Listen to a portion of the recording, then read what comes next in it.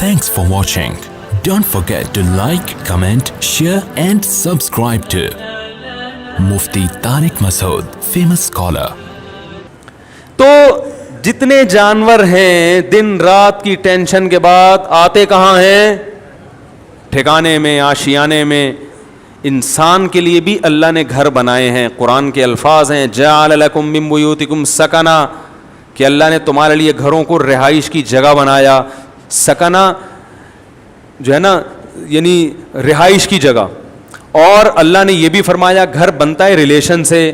جعل لکم من انفسکم ازواجا لتسکنوا الیہا، اللہ نے تمہارے لیے جوڑے پیدا کیے تاکہ تم سکون حاصل کرو. تو نکاح ہوتا ہے، گھر وجود میں آتا ہے، اور اللہ نے بتایا کہ یہ جو تمہارے گھر میں آئی ہے اس سے تمہیں کیا ملے گا؟ سکون ملے گا. تو پتہ چلا یہ تو سارا پروسیس ہے کس کے لیے؟ سکون کے لیے بھائی.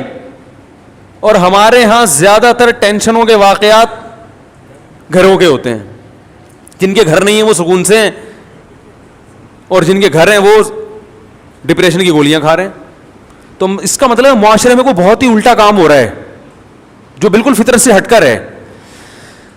کیا ایسے یار کیوں سمجھ میں کیوں نہیں آ رہا؟ دیکھو روٹی پیٹ بھرنے کے لیے ہے نا، روٹی سے پیٹ نہیں بھر رہا، مطلب وہ بہت ہی کچھ ایسا چیز آپ نے کھائی بھی ہے، یا کچھ ایسا لائف اسٹائل ہے کہ آپ کا تو میدا ہی الٹا کام کر رہا ہے.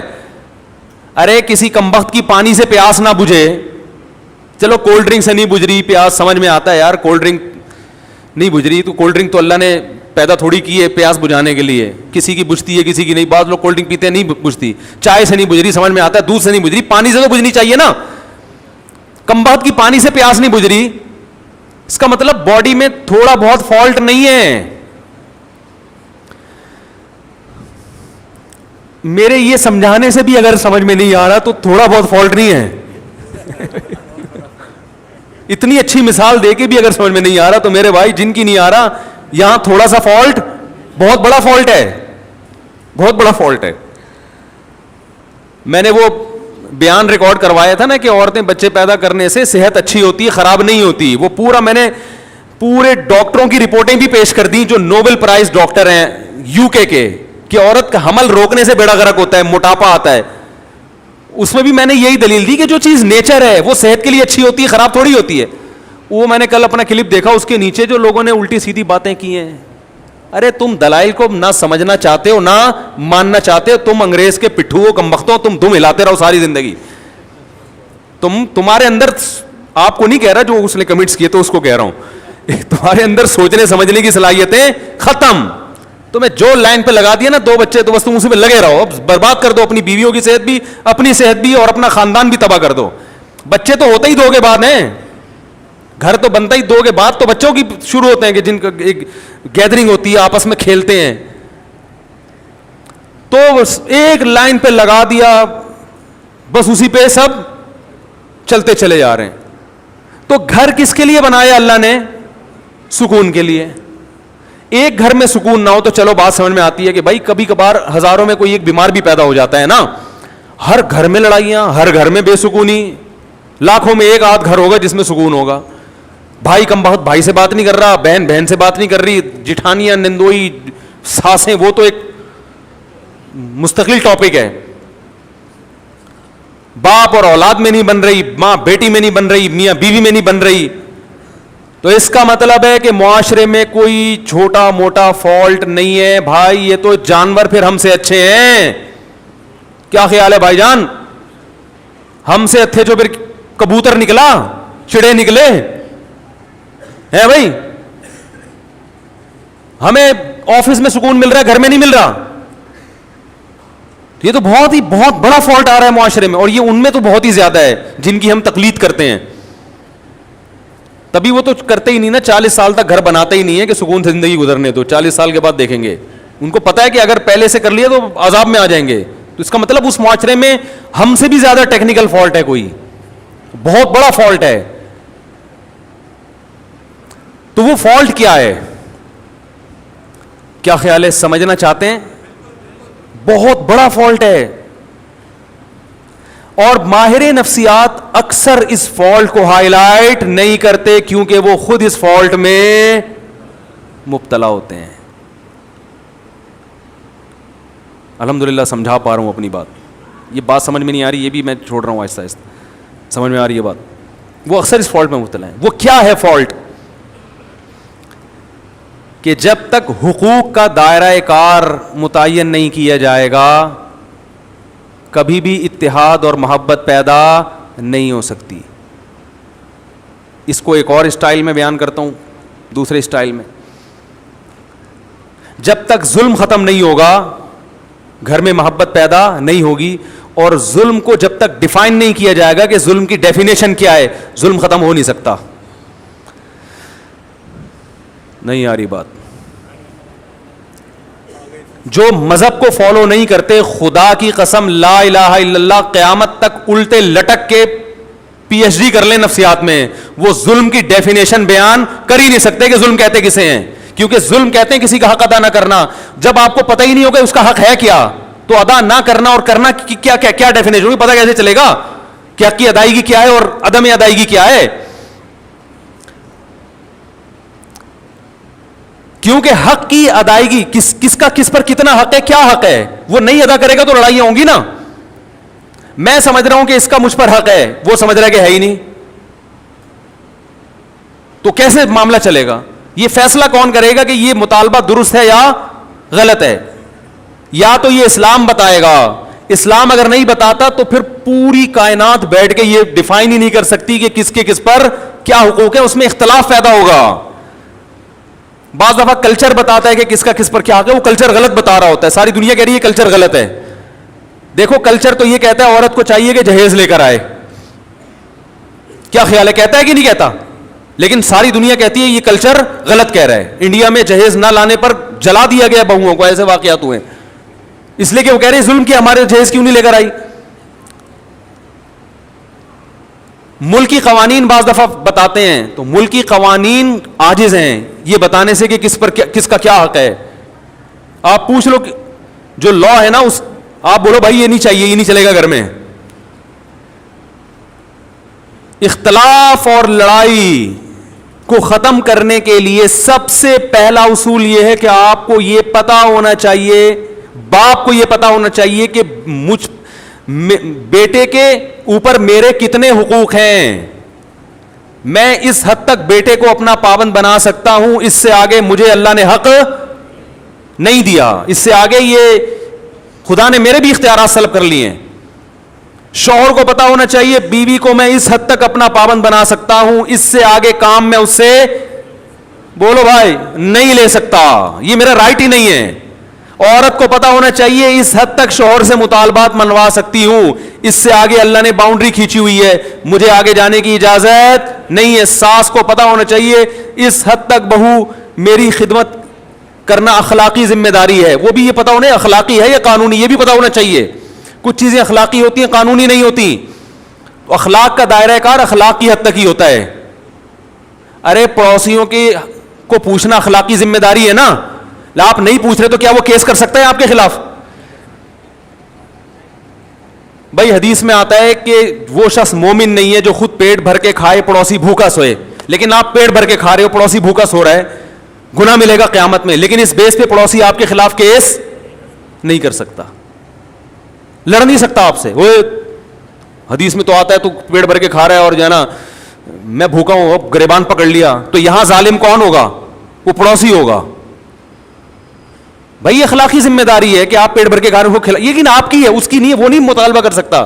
کچھ چیزیں اخلاقی ہیں, لیکن ہمارے ہاں کس کا کیا حق ہے یہ یونیورسٹیوں میں نہیں پڑھایا جاتا. ماہر نفسیات کو پتہ ہی نہیں ہوتا کہ حق کیا ہے, تو بیچارہ گائیڈ کیسے کرے گا؟ ہائے ہائے کیسے سمجھائیں.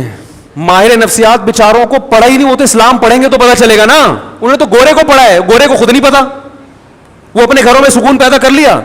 یہ نفسیات پڑھ کر آ رہے ہیں جرمنی کی یونیورسٹیوں میں, اور وہاں سے سیکھ رہے ہیں کہ گھروں میں جوڑ کیسے پیدا ہو. جنہوں نے ان کو پڑھایا اس پروفیسر سے پوچھو کہ تمہارے گھر میں جوڑ ہے, وہ کہے گا میرا تو گھر ہی نہیں ہے, اور اس لیے نہیں ہے مجھے پتا تھا گھر ہوگا تو پھٹے ہوں گے. تو ہم نے کہا ابھی 55 سال میں کریں گے شادی, وہ تمہیں بتائے گا گھروں میں جوڑ کیسے پیدا ہو. یار کیا تو رینجرز کا کیس ہے بھائی, خطرناک کیس بنانے والا ہوں آپ کے خلاف. سارے مسائل یہاں سے کھڑے ہو رہے ہیں, گھروں میں جھگڑے, لڑائی, دفتروں میں. بھائی آپ کو پتہ ہی نہیں ہے کہ میں کہاں تک جا سکتا ہوں. دیکھو فوج میں پھڈے کم ہوتے ہیں, پولیس میں بھی, تھانے میں پھڈے کم ہوتے ہیں. وجہ اس کی یہ ہے کہ ایک رنگ روٹ کو پتا ہے کہ آفیسر کی بات میں نے ماننی ہے, کن باتوں کو ماننا ہے اور کون سی بات ایسی ہے جو میرے اوپر لازم نہیں ہے. اگر کوئی آفیسر میرے سے گھر سے پوچھا لگوانا شروع کر دے تو یہ میرے اوپر, اور آفیسر کو پتا ہے کہ میں نے یہ شروع کر دیا تو میرے خلاف کیس بھی ہو سکتا ہے. تو پھڈوں کا ریشو فوج میں, پولیس میں سب سے کم ہے, کیونکہ قانون ہے, ان کو لکھا ہوا ہے کہ یہ ذمہ داری ہے. دفتروں میں بھی پھڈے اکثر کم ہوتے ہیں, کیونکہ باس کو پتا ہے کہ یہ امپلائی میرا کتنا تابع ہے, اس کو تنخواہ اس چیز ریٹرن میں لکھا ہوا ہوتا ہے کہ بھائی تجھے اس چیز کی تنخواہ مل رہی ہے, تو نے اتنے بجے آنا ہے, یہ کام کر کے دینا ہے, کرے گا تو میری بلا سے, تو شکل کا اچھا ہے برا ہے بھائی, تجھے ملیریا ہے, تجھے ٹی بی ہے, تجھے کیا ہے, تو نے پولیو کی ویکسینیشن کروائی ہوئی ہے کہ نہیں کروائی ہوئی, مجھے میری ہیڈ ایک نہیں ہے. یہی ہوتا ہے نا بھائی, یہ کام ہے, یہ کر کے دو گے تو تنخواہ ملے گی, نہیں تو پتلی گلی سے نکلو. اس لیے وہاں بھی پھڈوں کا ریشو کیا ہے, وہاں پھڈے ہوتے ہیں غیبتوں کی وجہ سے. وہ باس, وہ دیکھو وہ چمچا بنا ہوا ہے, اس کو تنخواہ بڑھا دی ہم کیونکہ ایمانداری سے کام کر رہے ہیں, ہماری تو تنخواہ نہیں بڑھ رہی. یہ اتنے اور بھی باتوں کی حد تک ہوتا ہے.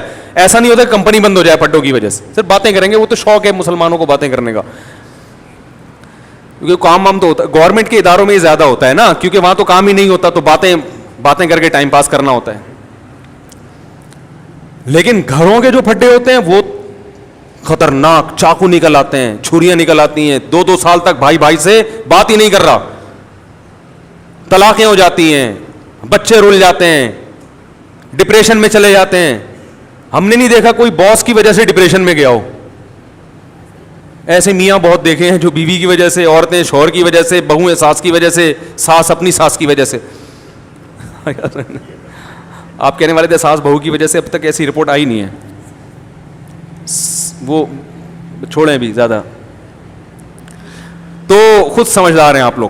وہ ساس بھی ڈپریشن میں آتی ہے, لیکن وہ کس کی وجہ سے, اپنی ساس نے اس کو ڈپریشن کا مریض بنا کے دنیا سے گئی ہوتی ہے, تو وہ آگے پارسل کر رہی ہوتی ہے یہ امانت بہو کی طرف, ٹھیک, کہ مجھے جو وراثت میں ڈپریشن ملی تھی وہ میں پوری کہاں ٹرانسفر کر رہی ہوں, بہو کو. اب جب جھگڑے ہوتے ہیں ساس بہو کے بہت, ہم کہتے ہیں بھائی الگ کرو, تو ماں باپ پھر غیرت کے تانے, ہم نے دودھ پلایا جوان کر دیا, الگ ہو رہے ہو. حالانکہ یہ ماں باپ کا رائٹ نہیں ہے, یہ آپ کا حق ہی نہیں ہے. بیٹا جوان ہو گیا, بالکل الگ رہ سکتا ہے, وہ نہ رہے اچھی بات ہے, ساتھ میں جو برکت ہے وہ الگ, لیکن یہ وہی ہے, اخلاقی کچھ اور چیزیں ہوتی ہیں. لیکن پڑوسی گریبان تھوڑی پکڑ سکتا ہے آپ کا کہ بھئی حدیث میں آتا ہے تو مجھے کھلایا کرو, تو کھلاؤ.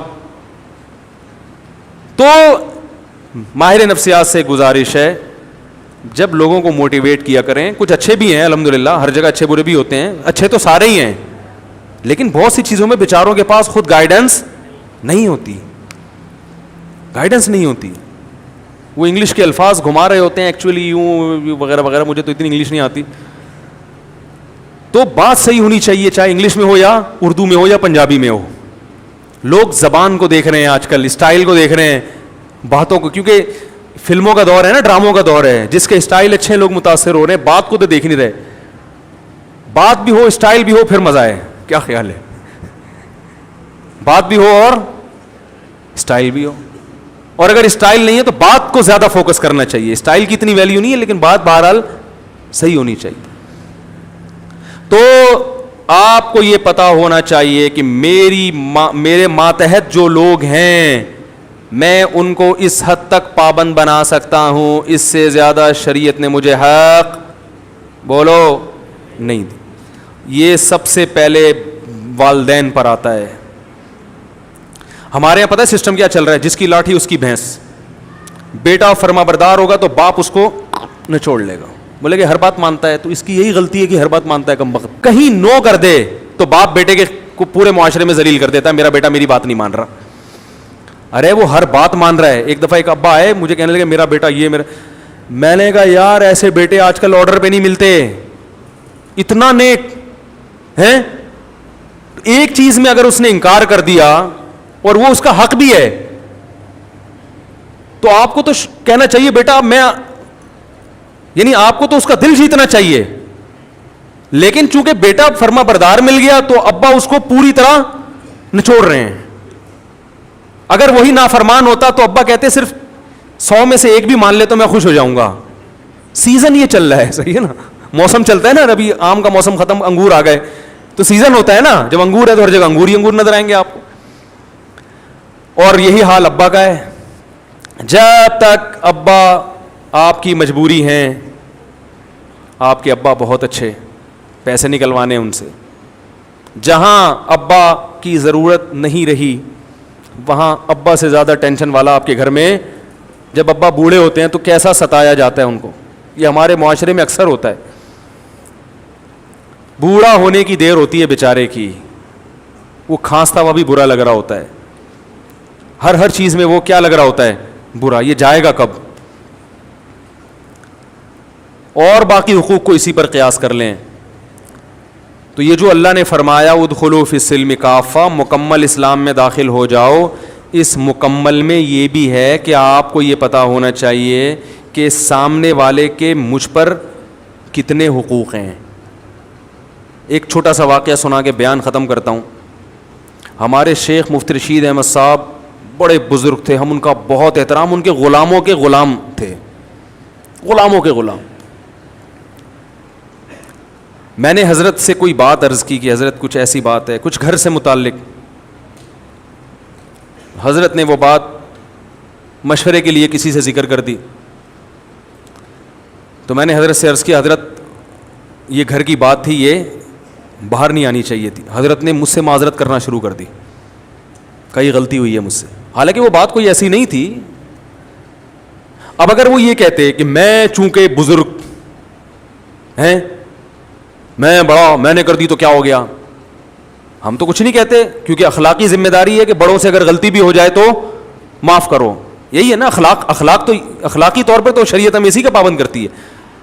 لیکن یہ ان کا بڑا پن کہ وہ جانتے تھے کہ بھائی یا اس سے آگے, حالانکہ کوئی ایسی بات نہیں تھی, لیکن جس سے کی وہ مجھے پتا تھا کہ میرا دشمن ہے.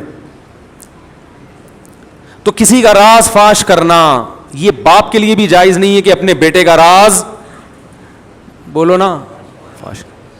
باپ کے لیے بھی جائز نہیں ہے کہ اپنے بیٹے کی غیبت کرے. ماں کے لیے جائز نہیں ہے کہ اپنی بیٹی کی غیبت کرے. ہاں بیٹا ظلم کر رہا ہو باپ کے اوپر, واقعی واضح ظلم ہو, پھر اپنا غم ہلکا کرنے کے لیے اپنے کسی بہت ہی کلوز آدمی کو وہ اپنا غم بتا سکتا ہے, یا کسی سے مشورہ لینا ہو کہ بھائی بیٹے میں یہ جرم ہے, تو مشورے کے طور پر کسی ایسے آدمی سے جس کے بارے میں یقین ہو کہ یہ راز فاش نہیں کرے گا. آج دیکھا ہے باپ اپنے بیٹے کی برائیوں کو لوگوں کے سامنے بیان کر رہے ہیں, یہ غیبت ہے بھائی. یہ تو کسی غیر مسلم کی غیبت جائز نہیں ہے, تو بیٹے کی کیسے جائز ہو گئی؟ بہت مشکل ہے. بیٹے کی غیبت بھی جائز نہیں ہے, ماں کے لیے بیٹی کی غیبت بھی جائز, اور بیٹے کے لیے باپ کی تو اور زیادہ گناہ ہے. لیکن یہ گھروں میں ہو رہا ہے. جب بیٹا سنے گا کہ میرا ابا فلاں فلاں کو پکڑ کے میرے بارے میں برائیاں کر رہا ہے, تو اس کا مطلب پھر گھر میں سکون, بولتے کیوں نہیں ہو سکتا, پھر نہیں ہوگا. اس کے دل میں ایک نفرت کے جذبات پیدا ہوں گے. ہم تو یہی کہیں گے بھائی باپ ہے صبر کرو, لیکن بہرحال نفرتیں پیدا ہوں گی اور لڑائیاں ہوں گی. پھر جب باپ کو سمجھایا جائے اور وہ تکبر میں آئے کہ نہیں میں نے کر دی تو کیا ہے, اس کا مطلب فالٹ کہاں ہے؟ آپ میں ہے. سمجھ رہے ہیں ٹیکنیکل فالٹ کس میں ہے؟ اس لیے اسکرو پانے لے کے بیٹھا کریں, جہاں کہیں فالٹ نظر آ رہا ہے اس کو فوراً ٹائٹ کروا لیں. اور یہ علماء سے ٹائٹ ہوتے ہیں, فوراً پوچھیں حضرت اس میں بتائیں غلطی پر کون ہے. تو یہ بڑا لمبا موضوع ہے کہ کس کے کس پر کیا حق ہیں, وہ بیان ہوتے رہنے چاہیے تاکہ ہمیں پتہ چلے کہ ہمیں یہ تو ہر آدمی اس چکر میں کہ فلاں کے مجھ پر فلاں پر میرے کیا حقوق ہیں, اس میں تو پتہ ہے سب, ہر آدمی اس کو نچوڑنے میں لگا رہتا ہے. لیکن میری باؤنڈری کہاں تک ہے؟ ماں باپ کہتے ہیں, مجھ سے اکثر فون آتے ہیں کہ والدین کے حقوق پر پلیز بیان کریں, آپ والدین کے حقوق پر بیان کریں. اور اتفاق سے میں کر دیتا ہوں اولاد کے حقوق پر. بعض دفعہ ایسا بھی ہوتا ہے, وہ کہتے ہیں یہ کیا بات ہوئی, میں کہتا ہوں بھائی اس پر بھی کریں گے لیکن ساتھ ساتھ اس پہ بھی تو ہونا چاہیے نا, اس پہ بھی تو ہونا چاہیے, دونوں چیزیں ضروری ہیں. تو تو اللہ تعالیٰ سے دعا ہے کہ اللہ ہمیں مکمل اسلام میں داخل ہونے کی توفیق عطا فرمائے. علماء نے لکھا ہے کہ استاذ مدارس میں نا شاگرد استاذوں کا بہت احترام کرتے ہیں, لیکن استاذ کے لیے کسی شاگرد کو فاسق و فاجر کہنا جائز نہیں ہے. سمجھ رہے ہیں؟